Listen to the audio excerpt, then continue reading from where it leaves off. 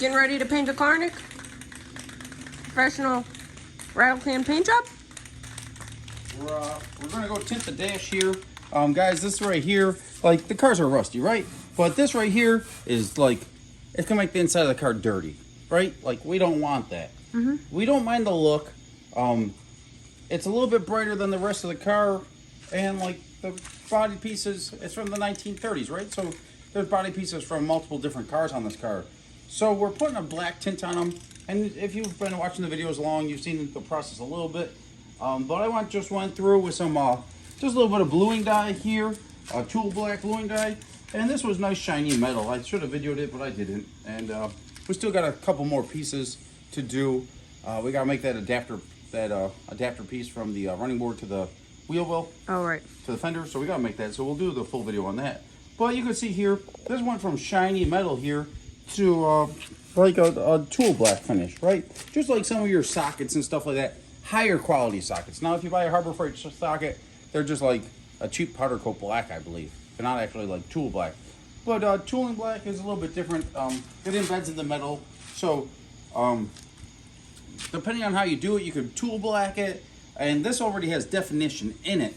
If it's a brand new piece of metal completely, this is the factory 1933 dash out of the 33 truck.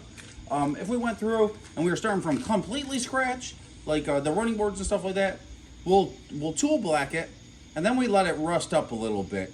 And then depending on how I do it, I'll either use a little bit of like SOS pad or something like that, scrub it up a little bit, and give it a little bit of extra definition, so that when we go in there, you can actually see definition, I guess, in the deal. But since this is already like has definition in it, character. It doesn't. Character, yeah, it's not one solid. But I hate.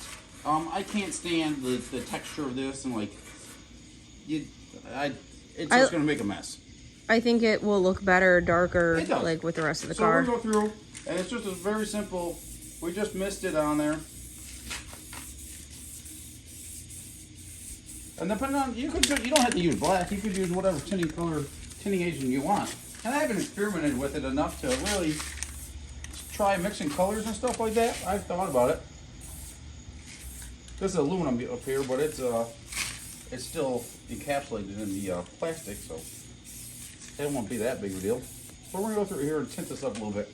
I'm gonna go through here with a little bit of lacquer thinner or any type of thinning agent. We'll go put a little bit there, a little bit there. Just like that, what's it called, guy, right? The steak cooker guy? Oh, with the salt? Yeah. We're gonna encapsulate all this. So, our rusty old jalopy is no longer rusty. It'll still look rusty, but it'll no longer actually, it won't be able to rust any more than it actually is.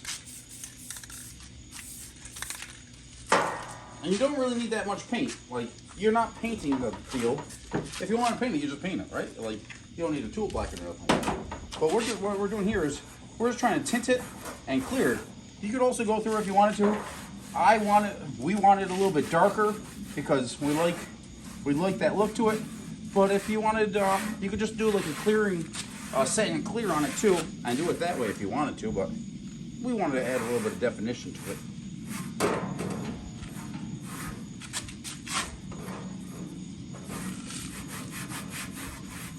And we gotta work it in a little bit.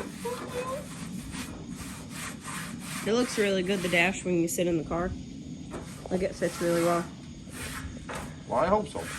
Well, I'm saying with like the electronics behind it and like how the intake, Once it dries, we'll put the Holly dash in it. Yeah. We run the big Holly dash in it. That was my one splurge point, because when we were building the homegrown Hustler, I measured it up, and it was like 12.56 or something like that. It was just over 12 and a half inches. I was like, we got it. Like, yeah. We got it. Like the big Holly dash was basically the exact size of. So we went and spent way too much money on the dash, but it looked really good. It just looked too good not to. And Holly, they're corporate. They're corporate-ish now, but they did help me out a little bit when I first went to EFI way back in 2013.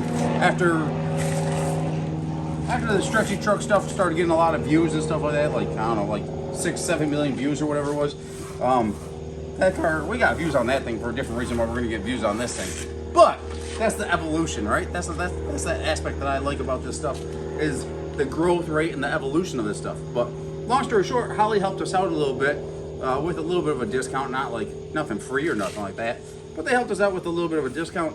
And to those companies that helped me out or helped us out at any point, I try to keep on, I try to do more, because any type of partnership is, we work for them, right? Mm-hmm. So if we have, let's say we have 20 sponsorships, that means we have 20 jobs. Like, that's just how it is, right? And sponsorships are great, and we appreciate them, and we don't really have many on this car right now. But people don't understand, like, it's not you're just getting something for free or getting something at a discount. So, and like, for Holly, people think that's all it is. I couldn't tell you how many cars I've helped out or wire or did like tech support for, or carried spare parts with us while we were at the track to help out other racers, and like we're helping other racers diagnose their EFI issues while we're supposed to be racing, kind of thing, right?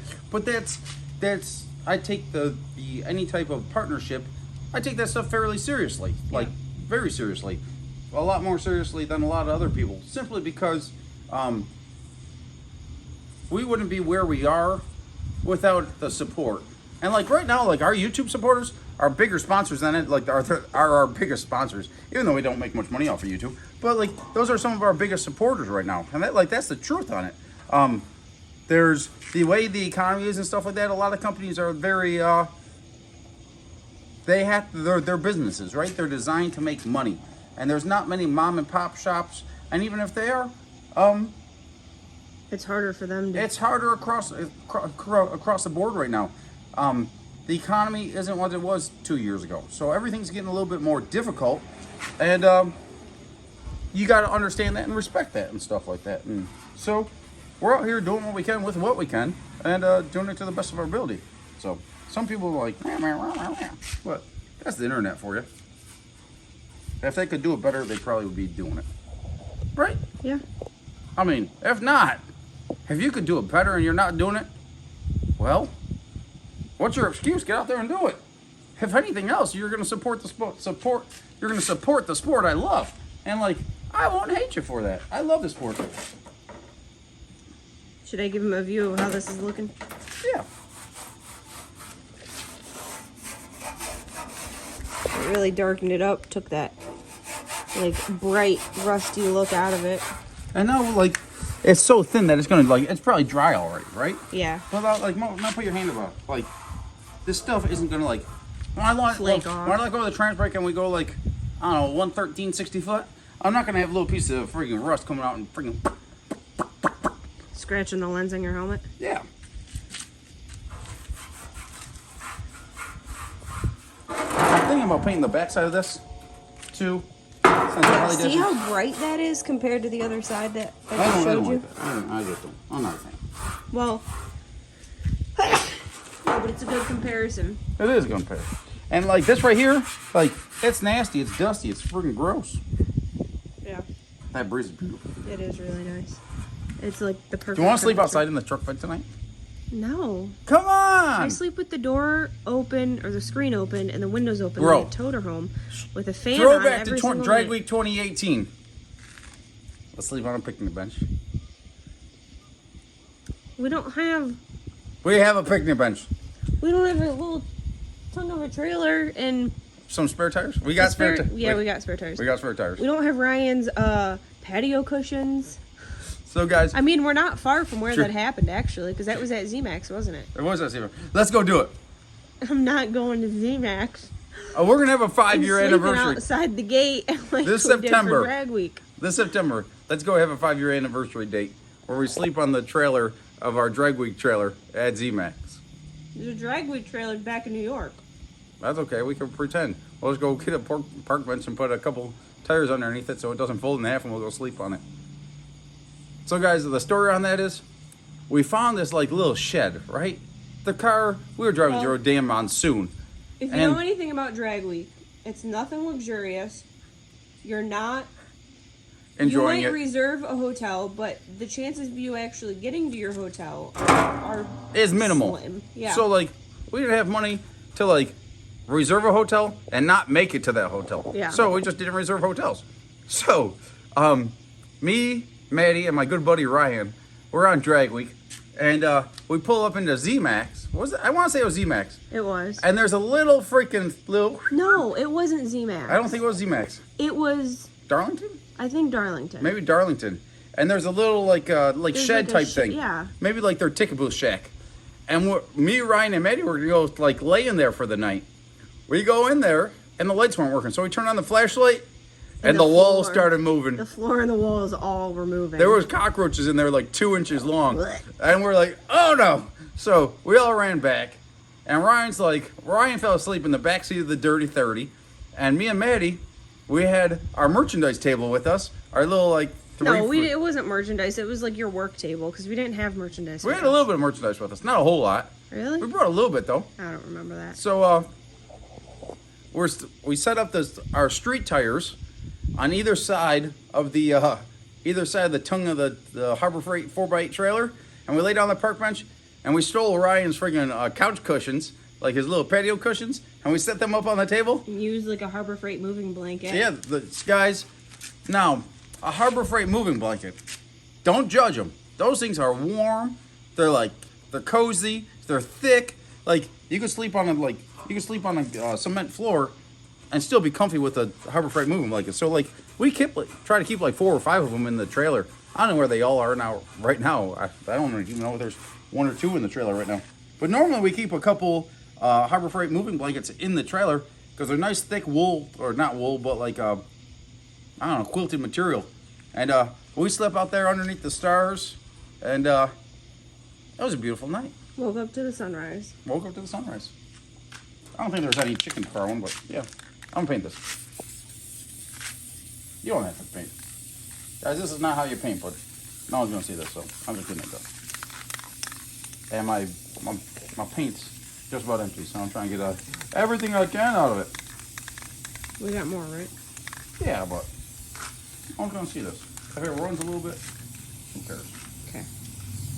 I just don't want it like. I just don't want a freaking mess. We're cutting it. Cut!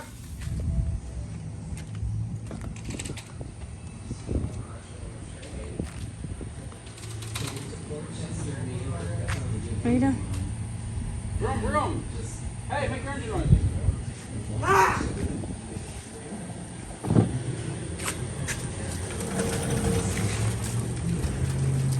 You got a wheel shot? Yeah. It's got a transmission in it.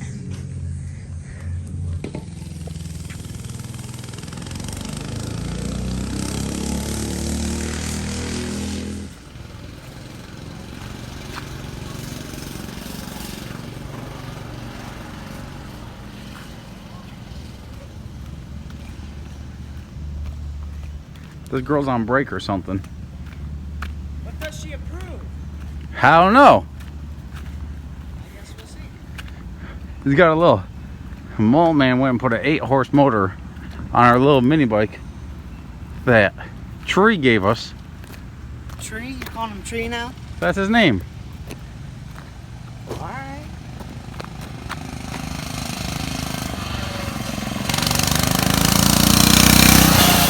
She's getting ballsy.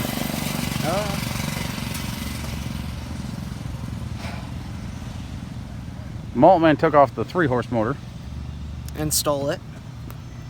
Claims it had a rod knock, even though it didn't have no rod knock. It did. It did have a rod knock. As soon as you would get on the throttle, go knock, knock, knock, knock, knock, knock. That's probably the chain flapping around. Well, are you gonna take these nuts off and replace them with nylocks? That's up to you. Do you want to pay me extra or not? Pay you extra. Yeah, I said I work for race car parts. If you're gonna pay me, I got lots of blown up race car parts. all and any. Okay, I got lots of blown up stuff. I'll give you. Well, I gotta see. There she comes. If it's worth my time. She's probably going like 25 miles an hour. She's a nutbag. Hang on. Let me show you how to ride it. Did another brake score. What? Good to know the brakes work. Mm-hmm. From time to time. Why does it rattle like this? Because he needs to shorten up the chain. Oh. No, it's And he's too lazy to. a little backfire pop. Kind of like when you fart. Boop. No. I know those things are like more juicy than that. What? I think you're talking about yourself there. I don't fart.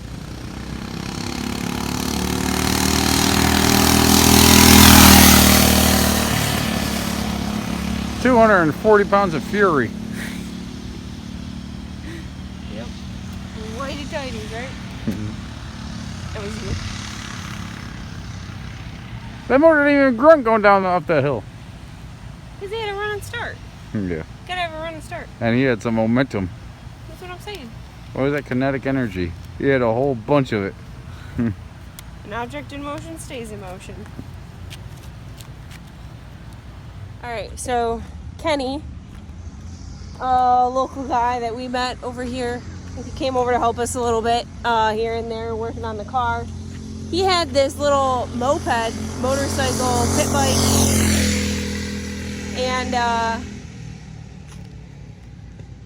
Kenny's like close to... How tall was Kenny? Do you remember? 7'1". Really? His joke was 5'23". Yeah, 7'1". So,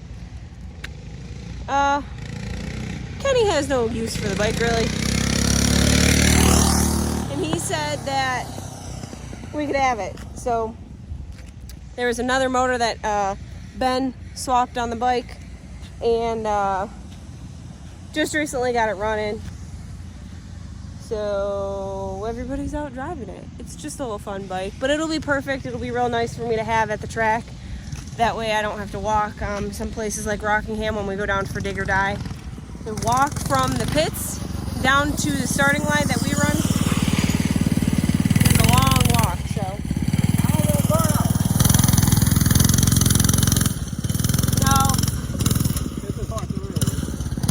No burnouts.